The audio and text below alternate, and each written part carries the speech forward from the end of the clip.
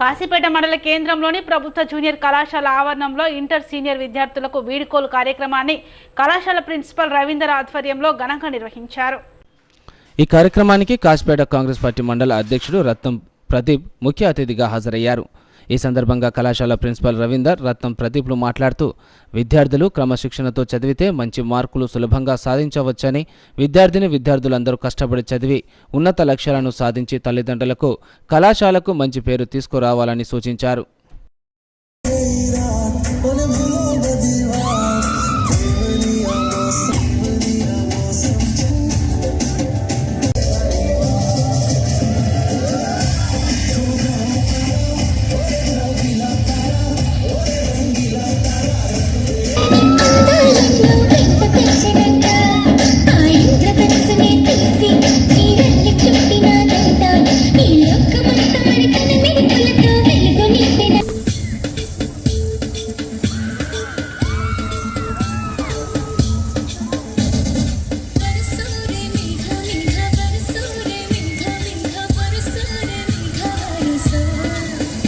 MLA గారి దగ్గరికి రోజు ఎంత మంది ఉద్యోగాల కోసం వస్తారో మీకు తెలుసా?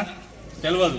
డిగ్రీలు, పీజీలు, ఎంబీఏలు, ఎంత పెద్ద చదువులు చదివినా కూడా ఉద్యోగాల కోసం సార్ దగ్గరికి, కలెక్టర్ గారికి చెప్పండి సార్, వీళ్ళకి చెప్పండి సార్, వాళ్ళకి చెప్పండి. చదువుకున్నా కూడా ఈ కాలంలో వాల్యూ లేకుండా అట్లాంటి చదువుకోకపోతే మనం బతుకుతామా? చదువుకోకపోతే బ్రతికే పరిస్థితి లేదు సమాజంలో. ఖచ్చితంగా చదువుకోవాలి. మన దగ్గర ఓసీ ఉంది. ఓసీలో పనిచేయడానికి 12,000 రూపాయల జీతానికి కూడా వాళ్ళకు ఉద్యోగాలు లేక సంవత్సరాలు తిరుగుతాను.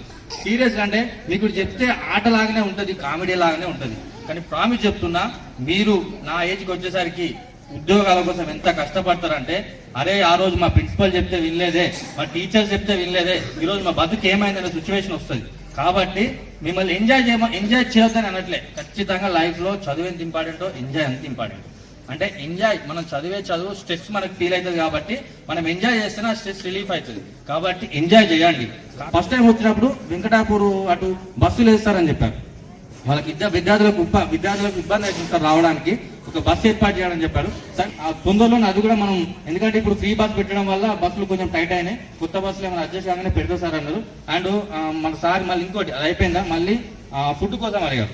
ఫుడ్ కోసం కూడా మాది కొత్త ప్రభుత్వం, ఇప్పుడిప్పుడే చిన్న పిల్లలాగా అన్నమాట, ఇప్పుడే పుట్టిన వాళ్ళకి అన్ని రావు కదా. కాబట్టి 2 నెలలు అవుతుంది కాంగ్రెస్ పార్టీ గెలిచి. కాబట్టి ఇప్పుడు చేయలేకపోయినాం, అంటే రైస్ మాత్రం అరేంజ్ చేయగలిగినాం. ఇంకా మీ సార్ చెప్పినట్టు నెక్స్ట్ ఇయర్ స్టార్ట్ కాగానే ఖచ్చితంగా మీకు మధ్యాహ్న భోజనం పెడతాం.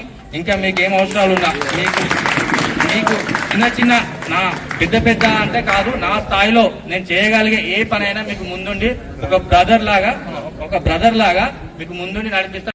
2001లో ఈ కళాశాల ప్రారంభమై 24 సంవత్సరాలు పూర్తి చేసుకుంది ఈ కళాశాల. అంటే దాదాపు ఎన్నో వందల మంది విద్యార్థులు ఈ కళాశాలలో విద్య అభ్యసించి వివిధ రంగాలలో స్థిరపడ్డారు. ఈ కళాశాలలో అంకిత భావంతో పనిచేసే అధ్యాపకులు ఉన్నారు. కమిట్మెంట్తో పనిచేసే అధ్యాపకులు ఉన్నంత కాలము ఆ యొక్క సంస్థ అభివృద్ధి చెందుతుంది.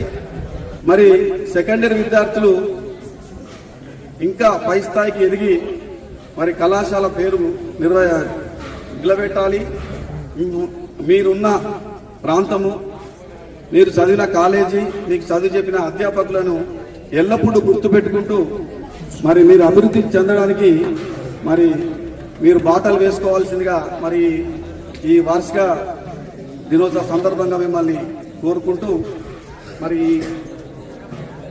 ఇది యాన్యువల్ డే, ఫేర్వెల్ డే. కాబట్టి సెకండరీ విద్యార్థులకి ఫేర్వెల్, తర్వాత ఫస్ట్ ఇయర్ విద్యార్థులకి వెల్కమ్ అనేది ఇప్పుడు ఈ సంవత్సరం జరగలే, ఫేర్వెల్ జరగలేదు. కాబట్టి ఇది ఫేర్వెల్ కూడా మీకు అన్ని ప్రోగ్రామ్స్ కలుపుకొని ఉన్నది, కన్సాలిడేటెడ్ ప్రోగ్రామ్ ఇది. కాబట్టి సెకండరీ విద్యార్థులకి అధ్యాపకులు ఇచ్చే సూచనలు ఉన్నాయి.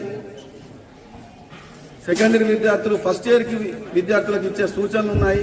ఇవన్నీ కలగలుపుకొని మనం ఈ ప్రోగ్రాం నిర్వహించుకుంటున్నాం.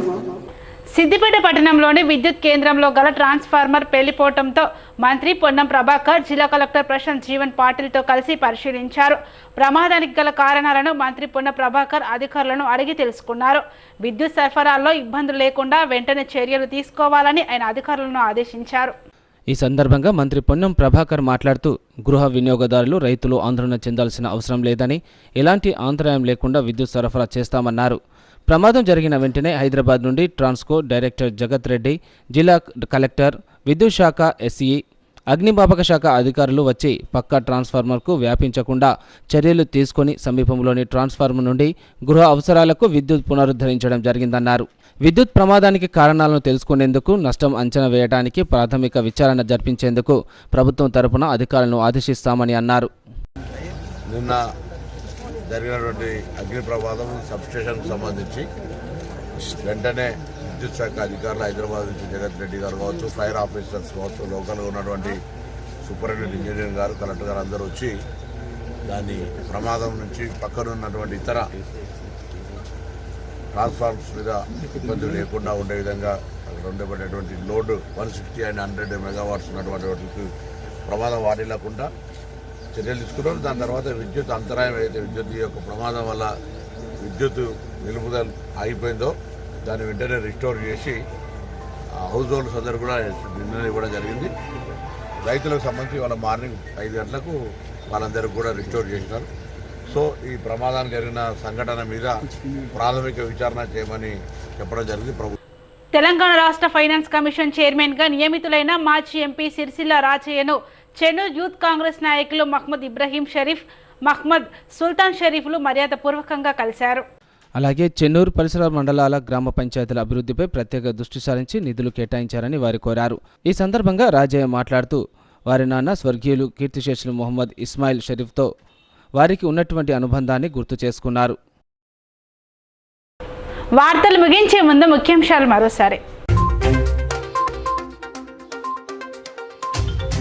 గుడిపేట బెటాలియన్లో శిక్షణకు సిద్ధమవుతున్న కానిస్టేబుల్, బెటాలియన్ కానిస్టేబుళ్లకు కిట్ ఆర్టికల్ అందజేసిన రామగుండం సిపి శ్రీనివాసులు.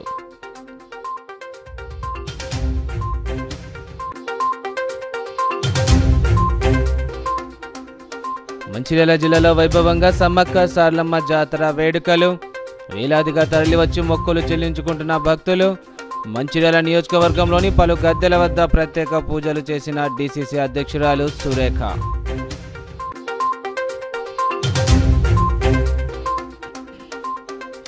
చెన్నూరు నియోజకవర్గం కోటపల్లి మండలం బోరంపల్లిలో సావిత్రిబాయి, జ్యోతిబాపులే విగ్రహాల ధ్వంసం.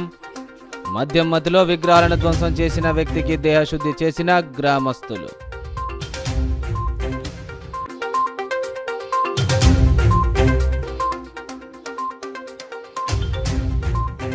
గూడెం సత్యనారాయణ స్వామి ఆలయంలో వైభవంగా సత్యదేవుని కళ్యాణం. వేలాదిగా తరలివచ్చి స్వామివారి కళ్యాణాన్ని వీక్షించిన భక్తులు.